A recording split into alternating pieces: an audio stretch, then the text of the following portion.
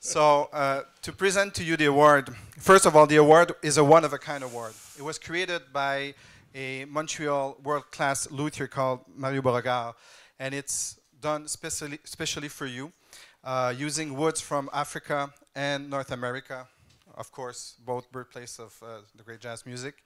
And so to present to you that award, I'd like to introduce André Ménard, the co-founder and artistic director of the festival.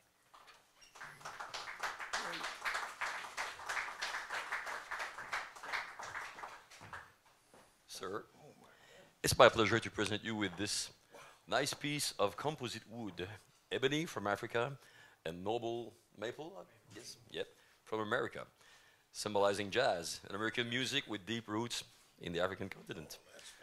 So.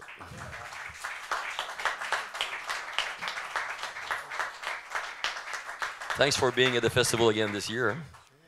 In my teens, I found out about you because you did an album called The Other Side of Abbey Road. You know, I was obsessed with everything Beatles. And then I found many years later the singer that was hidden behind the great guitar player. So you're such an accomplished artist that it's really befitting that you should be getting this award today for your artistry and the way you connect with the people and the role model you've become for musicians around the world, especially guitar players. Thank you, sir.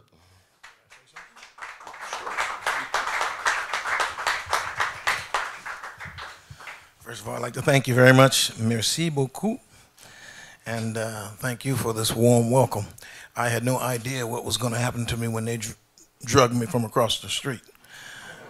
This room has an incredible vibe in it. I can feel almost each and every one of you.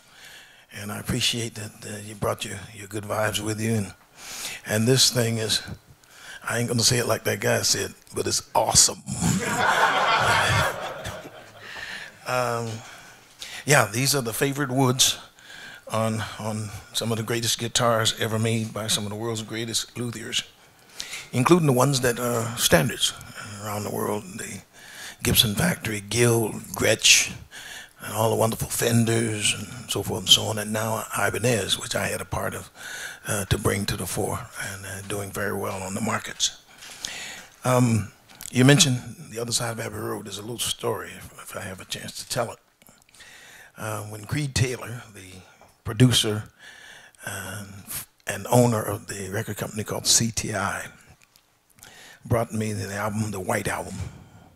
Or, no, The Other Side of Abbey Road. Was it white? Was it white? It was Abbey Road, but was it a white cover? Nothing on it? That's it, that's it. The whole group was crossing the street. That's right. So he asked me to take it home and see if there was anything on it that I liked. He had in mind one song. So I took it home and I listened to it. I said, man, everything on here sounds good. He said, good, we'll do the whole album. Now, if I can tell you what that meant in the jazz world, to be doing anything by the Beatles was like, no, no, no, no. And the only savior for me was when Ella Fitzgerald did one of their songs. So it really helped a lot. But to do the whole album was quite a monumental thought. I mean, it just played on my mind. And when we went to the studio, we did it all live in the studio with the chamber orchestra. I remember we had all the great musicians there, Hubert Laws, Freddie Hubbard, Ron Carter, of course, and some of New York's symphony orchestra members who played trumpet and viola and violin. And they came to me and they said, you know, Mr. Benson, we worked with you before, but we didn't know you sang. I said, I didn't know it either until he asked me to sing this record.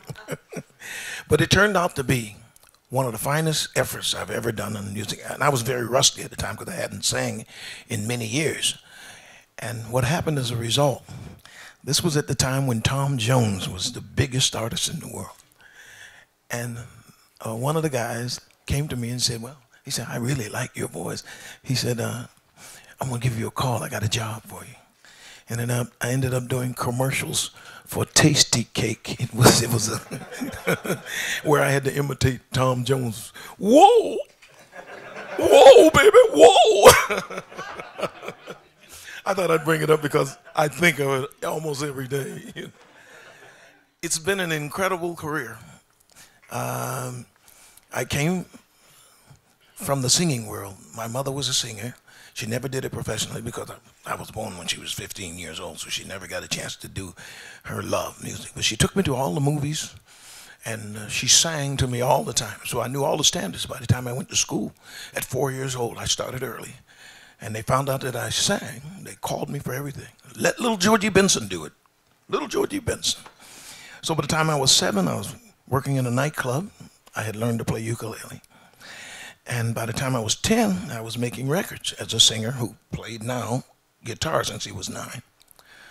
And my first gig outside of the United States was here in Canada. It was here in Montreal at a club called the Esquire Show Bar. Yeah, I came here with a band called Willie Love. And the next gig we did was in Ottawa, just a few miles away. That was 47 years ago. And I told that story yesterday as we played in Ottawa. They had maybe 1/5 the amount of people they had there because it looked like a village in those days, you know, but now it's an incredibly beautiful city. I just thought I'd mention a few things that are going on in my mind since I've been traveling across Canada. And by the way, this festival now is very famous for being one of the world's greatest, if not the greatest, jazz festival on the planet Earth today.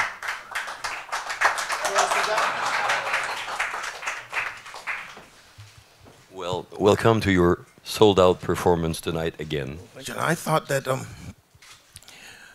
that the world, the new world, since Nat's day, deserved to hear some of the finest arrangements of all time. We heard it for years, the great arranger with Sinatra, and he was an intricate part of Sinatra's success because he created a platform which Sinatra could sail on, and he sailed very nicely. Nat Cole's career would have lasted longer. If it had lasted longer, he would have been on that same level. They were both considered the greatest singers in the world of their time. And I always missed Nat's beautiful voice. And as a kid, I knew when I heard his records that he was going to be a guy who was loved all around the world, and that's what I wanted to be. Not just one who was loved for this particular thing or that particular thing in this particular country or this part of the country, but worldwide. And that's the reason why I've always hung on to Nat. And right now, this show that we do gives me the feeling that I'm substituting for Nat Cole. So it's a great feeling every night. And by the way, we brought you a great conductor. He is the musical director for Barbra Streisand. He had his start long ago with Sinatra when he was a kid. He worked with me for 6 years, and then he was discovered by Barbra Streisand. So he left me for 20 years, and now I've snuck him back for, you know, a little bit of musical treasure here. You've been doing this show for a little bit now, polishing it. Are you going to record a Nat King Cole tribute? People ask me that. I think it would be trying to compete with Nat, and Nat I didn't want to do. I just wanted to remind people of how great he was and give a second listen to an incredible star who probably inspired so many people that we can't even count them. And his guitar player, Oscar Moore, definitely inspired my father, myself, Kenny Burrell, and many other great guitar players. So there's a twofold thing there. But he has inspired me to do once again what I know I should do. And I put my writing skills, little as they are, together to bring you some what we call world music, where we're going to use Nat Cole's great songs and do it on a world level, simple level, without all of the lush and beautiful things there, but something that you can walk down a road in Jamaica and sing along with, and pop your fingers. We're working on it. We got 3 songs already put together, and they are knockouts. I can't wait till you hear them. I want everybody to know that at the end of the Nat Cole show, my safety zone, meaning if it doesn't, and that was always my idea, that if it didn't work, we would break down and go to Happy Land with my music. But fortunate for us, Nat Cole works very, very well. And then at the end, we do my songs too. Next, Grammy Awards, American Music Awards, limited edition guitars made in tribute to you. What else can you expect? Well, I'm designing what I consider a grand jazz guitar for Ibanez. I've had much success with that company. I designed 5 or 6 guitars already, but this one I wanted to do for the sake of jazz players because I got a feel for what they want in their guitars now. And the new vibe is slightly different than it was before. I think we can come up with the guitar of the definitive guitar of this time, based on the wonderful grand guitars that I've held in my hand over the years by some of the great masters. Mm-hmm. Well, first of all, if you pick up your guitar around me, more than likely I'm going to get more from you than you'll get from me, because I'm a listener. If you hear me playing mediocre or badly on a record, it's because I'm listening, I'm not playing. And that happens when I'm in a very strange situation where there's too much going on. But when I'm comfortable and I pick the guys I want to play with, reckless abandonment is my regimen. I practice almost every day. Well, I don't call it practice. I pick up the instrument every day because I'm used to doing that all my life. That's all I've ever done. And I do it when there's nobody around. That way nobody can complain. I can practice things that are ridiculous, you know, they even sound ridiculous to me, and I'm asking myself, why am I playing this ridiculous thing? Then it starts making sense, you know. And I said, well, maybe it isn't so ridiculous after all. I wonder how many people will like this mess. And sure enough, people like something different, something that's off the beaten path. One original idea that has not been heard is worth 1,000 excellent, you know, well thought out ideas, because they cannot see the contrast. People have an idea in their minds about what should be going on. And when you break that law, which is probably in most of us, you know, we have a contemporary mind that connects to everything around us. When you break away from that, everybody knows it. Now, whether it's good or not, that's different. But breaking away from it, to me, draws attention. Now they're listening. You said, okay, now, well, you introduced this crazy stuff. Now, where's it going? Where you going from here? And I have to give it some legs, you know. So that's the challenge for me, to take something that is off the beaten path and to give it some meaning. And that's what I try to do every day when I play. And I do the same thing with singing. I listen to everybody. Even Lady Gaga. She ain't so gaga after all, you know. 100 million records or whatever it is. I went back the other day by accident. I picked up a video of probably the third man who belongs in that great singer category. And from my mother's era, in my hometown, the great Billy Eckstine. And I watched a videotape that knocked me off of my socks. It was him in his 20s, I guess. And I watched him sing, and I couldn't believe how effortless it was. Because everybody has a, you know, in their mind, at least all of the singers and all my friends in the music business, they think Billy Eckstine shaped his mouth. Never did that.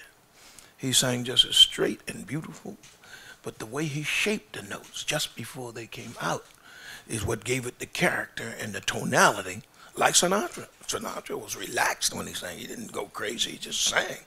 And all that goodness was shaped, you know, he told a story. And this man was a great storyteller. I watched that video, and the next day, everybody in my band could tell something had happened. And that's what I'm working on now. I'm trying to improve my approach to vocals. You know, it's keeping me alive. I started taking vocal lessons when I was 45. And the guy who was teaching me said, well, you come here, you got 20 hit records. What do you need me for? I said, it's nice to have hit records, but to know what you're doing and how to prolong it and how to get better. He helped me out. He was Stevie Wonder's vocal coach, and he's taught the world since then. Everybody goes to him. His name was Seth Riggs. And what he has taught the world about vocalizing and how not to destroy our voices before we get on the bandstand, and how to recover when you do make a mistake. It was so valuable. It's the reason why I can still put on a show today. I should not have been able to put on a show like we do today, and I hope you like the show. I'm talking, but I hope you like it when you see it. Like every era, we have some great ones. We have some really great performers. The good thing about the time we live in is some of the older performers are still alive, passing on their information. I just saw a program of Anne Murray today. I forgot all about her until I saw that video. And she was singing up a storm throughout her career. But she was smart enough when she introduced Celine Dion to know that this girl was about to be the new superstar of Canada. She passed on some really great information, and we saw some great performances over her career, you know. Years ago, I asked to do a duet with her. I didn't know what I was asking. She was really a superstar, and I was coming up. But it would have been a great experience. I'm just saying that, you know, music is never going to sit still. It's going to always evolve into something, and there's always going to be some great people in every era, just as there are people who do things badly, and it seems like the bad always win. You know, the guys with the crazy, and the guys who are not the greatest singers are the ones who do well. But don't ever forget, man, that when this is all over, the cream rises to the top, and that's what's going to spark the next generation and give us the music that that our children are gonna benefit by. The Beatles, I mean, we thought they were nothing at first, you know, a flash in the pan, until they started writing all of these incredible. And then I tried to sing songs by Paul McCartney and found out he was much greater than I imagined. I couldn't sing them. I tried to sing his songs and I couldn't. We became very good friends because he knew I was a person who really loved his music. So we became very good friends, but I still study what he does and all of the old classics that he's created. That's who I am. I just wanted to let you know.